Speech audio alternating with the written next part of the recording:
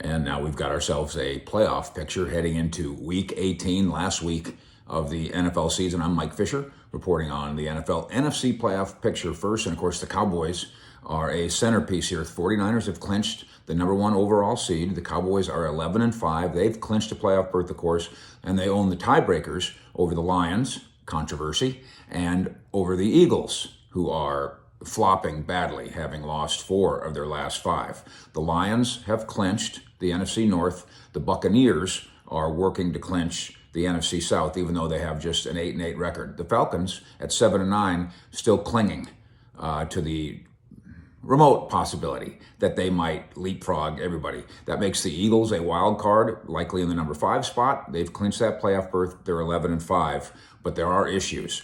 The Rams at 9-7, and this is one of the great turnarounds. The Rams, after the Super Bowl win, they were prepared to have this be, to use their term, a remodeling year. And instead, here they are, right back in the playoffs at 9-7 with a wild card. The Packers are in play here, and the Packers could end up being the Cowboys' first opponent in the postseason. The Cowboys, if they get business done at Washington, they need to win at Washington or have the Eagles lose against the Giants. The Cowboys will lock in that number 2 slot. That's very impressive. You're the second best team in the NFC if you're the Dallas Cowboys and you get that done. And then you have home playoff games. We were getting ready to book a flight to Tampa Bay a couple of days ago. Now the Cowboys will be at home if they get their business done here in the first round. And they could, in theory, continue to be at home, depending on how the other teams do in the playoffs. Outside looking in, the Seahawks are still at 8-8, involved in a chase. They need big help. The Commanders have been eliminated. That is a 4-12 disaster. I don't have to tell Washington fans how painful this has been, trying to get this thing turned back around, and now they'll try it again, almost certainly under a new regime working for the new owner, Josh Harris. And thank you, the Cowboys say, to the Cardinals. Yes, Arizona spanked Dallas earlier this year, and that was supposed to be a problem. But now that Arizona has spanked the Eagles, all's even, all's fair. In the AFC, the Baltimore Ravens are 13-3. They clinched the AFC number 1 slot. The Dolphins, they're in the playoffs at 11-5, and they'll win the AFC East, but they got to play the Bills, and Miami has injury issues. The Chiefs are in. The Jaguars, they own the head-to-head tiebreaker over the Colts and the Texans in the AFC South.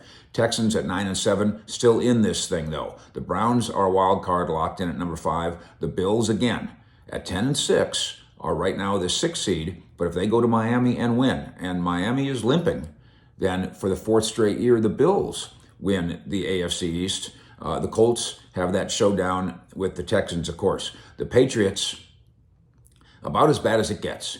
Trying to figure out now, maybe, how do we divorce Coach Bill Belichick and have it not look like an ugly divorce? Cowboys clinch the NFC East with a win or an Eagles loss. Cowboys play at Washington. Dolphins-Bills winner clinches the AFC East.